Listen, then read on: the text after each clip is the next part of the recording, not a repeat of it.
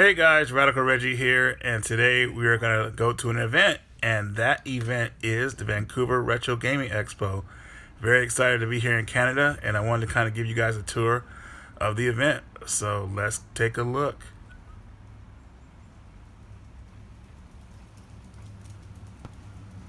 So I got an early start in the morning. The event actually started at 9, but I woke up around 6:30ish, and I started to head down to the event. Probably I would say around 7:30. I got to hang with Happy Console Gamer Johnny Millennium the night before. He invited me to his house to hang out, and that was a lot of fun. So Johnny, thanks for that, man. I appreciate it.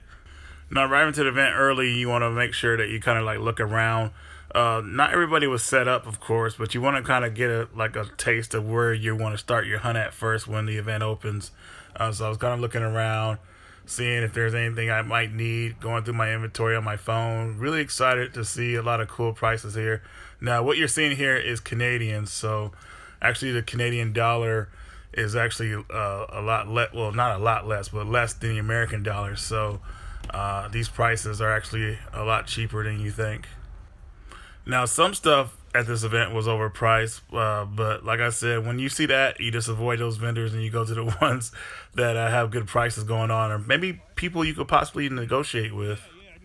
Coming up next here, you're going to see some cool inbox items. GameCube inbox, not Super Nintendo, but N64 inbox, Spider-Man Collector's Edition. Lots of cool things like that here. Of course, Nintendo games, which I actually picked up I would say three Nintendo games plus a Famicom game, but I will be showing that off later. And you guys know I like the PlayStation, so I had to go through that, man. PS2 stuff, like I said, is a really good system to collect for. Also seen a lot of Xbox One. I don't have an Xbox One, but I saw some good deals for games on that as well. Sega CD, golly, I can't believe how Sega CDs just kind of got really popular and hard to find now. Looking at Sega Genesis, I'm glad I finished my collection for it. I would say probably like 3 years ago. And here's some more in-box stuff here. Time Crisis, Railgun games, Game Boy Advance. Oh, this looks really nice. This is just outstanding to look at. And of course, here's more Nintendo games in box. Even though I don't collect Nintendo games in boxes, they are nice to see. Oh, snap. You guys already know what I'm seeing here. PS1 screen. Though this looks good, I asked the guy how much it was, and they looked it up, and they said they were selling it for way over what it was worth. Outstanding event, so I bet you guys want to see my pickups. Let's take a look. Wait, before we go into the pickups, let me tell you more about the trip too. First of all, I want to give a shout out to my buddy Josh Hamlin, SideQuest Games. Thanks for giving me a ride down there, buddy. Without you, man, I'd be catching the bus down there. But anyways, yeah, man, just happy to go down there with friends. Also, Brian Hughes, thanks for inviting me to the event, man. I really appreciate you doing that. You know, I feel honored to be able to actually make the list to come down as a guest for your show. So thanks a lot for that too. So actually when we got there Friday night, which was, I got a really shocking surprise. It was about, I want to say it's around 9-10ish at night. And I got a message from Happy Console Gamer Johnny Millennium. He said, "Reggie, I know you're in town, man. We got to hang out now. I live right around the corner." And I was like, "Whoa, dude." So, I was shocked. I was like, "Oh my God, like this is crazy." And I remember I told John that I was gonna go meet Happy Console Gamer, and he decided to tag along. So we both went down there, and we met him, and we went to his house, hung out for a couple hours, talked. It was so nice talking with him.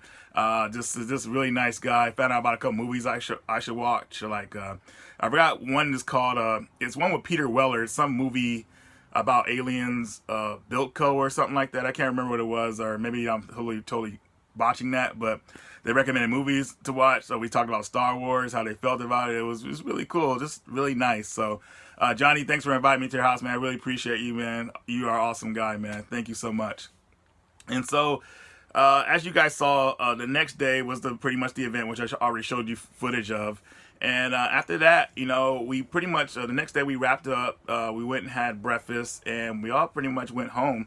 So now I'm going to get to the pickups for you guys. So let's take a look now. All right, guys, so now we're here at the pickups. So Last year I met James, and he's been a fan of the channel, and I met him again this year. We weren't able to take a picture this year, but he gifted me Evil Dead 2 10 case, the 10 case version, which is really nice. Now, my favorite, as soon as I saw that, I thought of the part where I think his name was Hicks, got beat up by the zombie, thrown up in the ceiling there. That's like my favorite part of the movie. Always makes me laugh.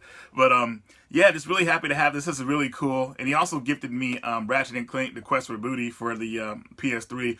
That only got a physical format and PAL, well, European regions and Japan. So that was really nice to have. Goes with the collection. James, thanks a lot, man. Your new name is Big Game James, man. Thank you so much. Next here, we got Rodland Story. Rodland Story. I seen this on the Cinemaster channel. I think they were playing this one time, and I really took some interest in this game. So it looks like it plays like a side-scrolling, maybe like Bubble Bobble or freaking Snow Brothers. That type of game, I would say. So it looked interesting, and luckily I was able to get it through a trade through my buddy Josh. And Josh, if you're watching, thanks a lot, man. You hooked it up as usual, man. Appreciate you. But yeah, very interested in playing this game. And now you guys could be happy that Reggie got a Nintendo game, well, a Famicom game, even though they're pretty much the same. But yeah, I got a 8-bit game here. So thanks again, Josh. Next here, I got. Let me grab this one. Rainbow Islands. Now, Rainbow Islands is a game that's been kind of been dear to me over the years. Rainbow Islands is actually the true sequel to Bubble Bobble. A lot of people don't know that. And then it goes to the third game, Parasol Stars, or whatever that one's called. But Rainbow Islands is my favorite out of the series. Very good game. If you haven't played Rainbow Islands, you're missing out. You know, whatever version you play of it, you know, even the Nintendo version is fine. There's actually two versions of the Nintendo version. I heard there's an ocean one, and this one is a title one. But they're kind of different, well, especially in the graphics department. But either way, Rainbow Islands in the collection. All right, so next up is Felix the Cat. I've had this years ago, but I actually traded it off and got it back recently. Got a good deal on it. If you haven't played Felix the Cat, it's definitely a cool platformer on the way of, like, if you think of like maybe Super Mario 3. And the reason I think they're kind of similar because of the costume change in the game. Like, first Felix could walk around with his little handbag with a punching glove in it, and you could upgrade all the way up to a tank. And later on in the game, you get to ride like a dolphin on a level. It's just really a lot of fun. And it has a couple of cinematics that kind of like make the story compelling. You get to rescue the girl and everything. It's really cool. So if you can find Felix the Cat for a good deal, guys, definitely pick it up. I don't think you'll regret it, especially if you're a fan of platform type games. The next one here is a game I didn't remember the name of. When I was a kid, my grandmother's house, I remember seeing this when I was a young kid, and I could never remember the name of the game. And I forgot how I found out what it was called. But anyways, I got Kid Nicky, and Kid Nicky, this was one of those games that you just forget what the name was. I mean, the name of the game over the years, and then all of a sudden you just find it again. So that's like a really amazing memory for me. So very solid game. I talked about it with Riggs, is a big fan of the game too. He told me there was actually 2 sequels to the game, but third one's kind of weird. But anyways, definitely Kid Nicky is a really solid platform game that I think a lot of people would like. So. Oh, let's see what else I got here. I did 2 here. I picked up Silent Hill just because this was like $1. So Silent Hill Homecoming, I know a lot of people give this game crap, but you know, it doesn't seem like we're going to get any more Silent Hill games. And it's cool that a company like besides Team Silent was able to try to like maybe take interest in making a good Silent Hill game. One thing this game did get right was the transformation of Silent Hill when the town changes, kind of like in the movie did. They did a good job of that, so that was pretty cool. Because I remember when the main character, I forgot his name, the part when he's in the restroom and the restroom just kind of starts peeling off. Yeah, they did a good job on that. So Silent Hill, definitely an interesting game. Homecoming, that is, an interesting game to check out. Next up, I got one lone Game Boy Advance game, and that was Prince of Persia. This ended up being $5 Canadian, which is a good deal, I thought. So in box and everything, and it pretty much plays like the older Prince of Persia games, minus, you know, it has like, well, plus it has cinematics in it to kind of flesh out the story, even though I think they're kind of out of place.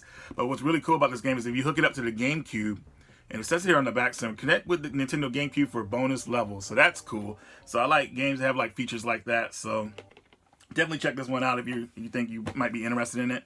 The Bully Scholarship Edition. I actually got rid of my copy a while back, but now that I feel like the Bully 2 is kind of almost set to be here, because it is going to happen, guys. Bully Part 2 will happen, hopefully, in the next couple years.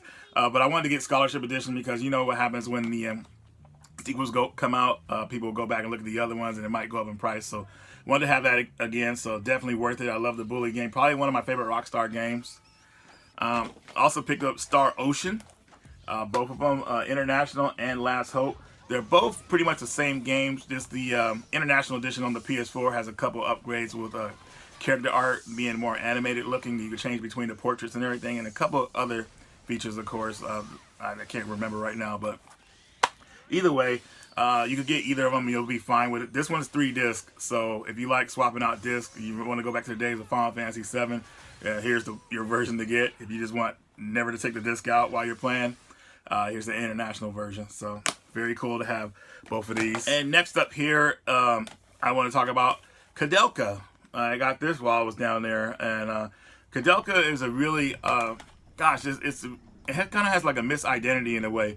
A lot of people like to call it like a kind of like a survival horror game, which it kind of would have been if they got to do it the game, they would do it the way they wanted to.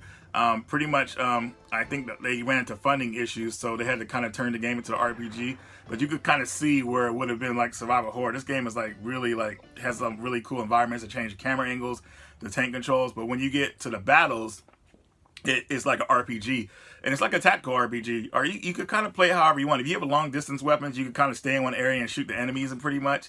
But if you have like shorthand weapons, like short range weapons, you have to kind of like tactically go close to the enemies and attack them like that way. Very good game, guys. It's one of the first PlayStation games to really start having their voice actors be serious, like serious voice actors pretty much. So you see Kudelka, it's an uncommon game. Game published by SNK themselves, which is crazy, right? RPG that is. So for PlayStation, definitely pick this one up. It's actually I would say a prequel to the Shadow Hearts series. The Shadow Heart. This game is the first game really in the Shadow Hearts series. So you like the Shadow Hearts games, definitely pick up Kudelka. Next here is a Fantastic Pinball. Now I found this game there, and the reason I picked this up because Joel from GameSack talked about it in the video, and I was like, wow, how did I not know about this game? And it looks great, so I went ahead and picked that up. I'm very happy to have this one. It's a lot of fun.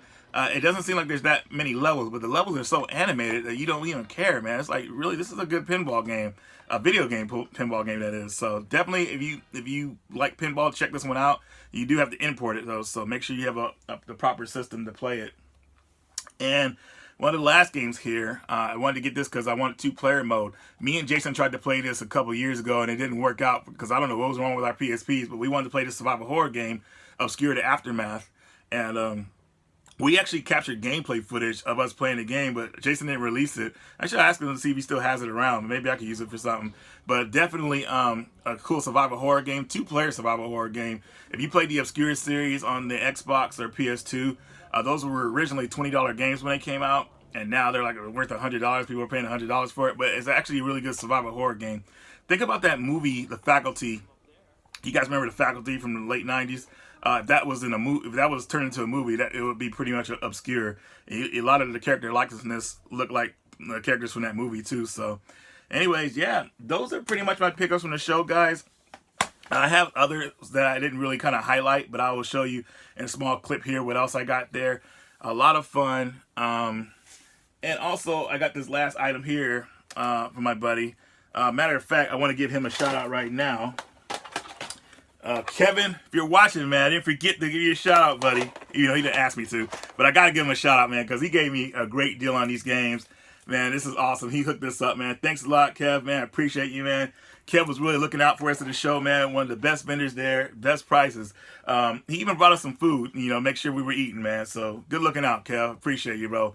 Red Eye Gaming, baby. Anyways, guys, that's all I got for you. It was a really good trip. I had a great time. I want to kind of go ahead and end this video because I got to work on another one. But anyways, guys, Radical Reggie, and I will see you later.